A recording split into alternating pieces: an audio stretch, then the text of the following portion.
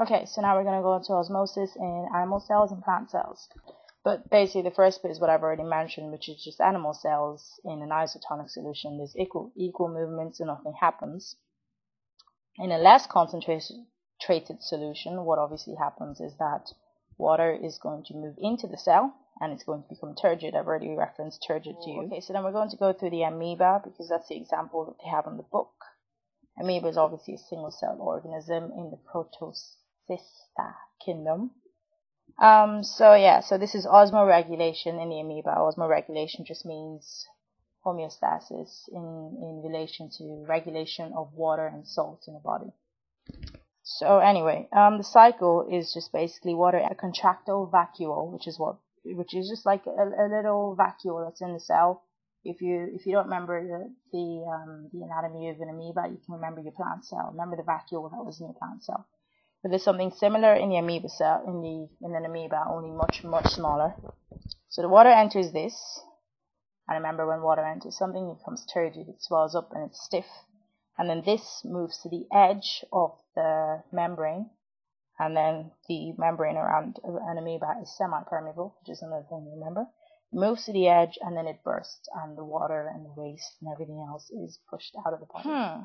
Okay.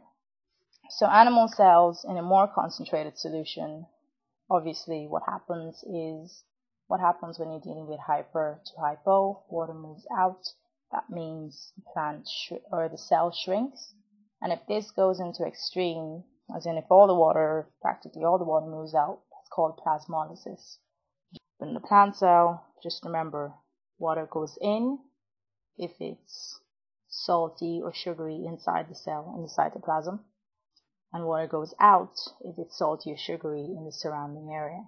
And if water goes in, it becomes turgid. Just think about it. Something full of water is stiff and swollen up, and something that doesn't have a lot of water shrunken and shriveled inside. So turgid is in reference to stiff or swollen, and plasmolysis is shrunken. I'll show you the images if you think it'll help you. So this is turgid right there. And then over here is plasmolysis. You can see that. There you go. And then it's really about it. So basically plasmolysis is just the vacuole shrinks in on itself. So the cell wall itself remains, because remember the cell wall is very solid. Nothing's going to happen to that. It's not going anywhere. But then the vacuole and the cytoplasm is what pulls out from the edges of the cell wall and shrinks in on itself. And that's called plasmolysis, just to remember. And then the very last bit of this is just osmosis is sometimes used in food preservation. So obviously think about it, bacteria and fungi is similar to plants in that they're enclosed in walls. So osmosis is used to prevent microorganisms like bacteria and fungi from producing harmful toxins. So this is used in fish and meat preservation. So just think about it. If they're put into, alcohol or anything that will draw water out of them, it's going to inactivate them or just kill them. And that's a method of food preservation. So that's really it. So just quick run through. There are permeable, impermeable, and semi-permeable membranes. Diffusion is the movement of any molecule from high concentration to low concentration. Osmosis is a special case of diffusion.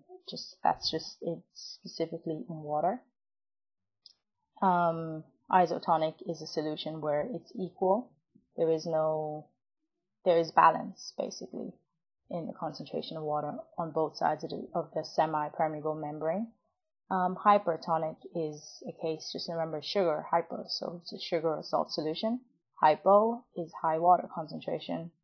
And then osmosis is used, so osmosis in relation to amoeba and osmosis in relation to food preservation. It's probably the only kind of questions that would come up in relation to this. So that's all. I'm really hoping I haven't exceeded 10 minutes. I'm going to have to do this again and I will probably cry. But that's about it. And I hope this helps, Charlene, and anybody else who's watching. Thanks.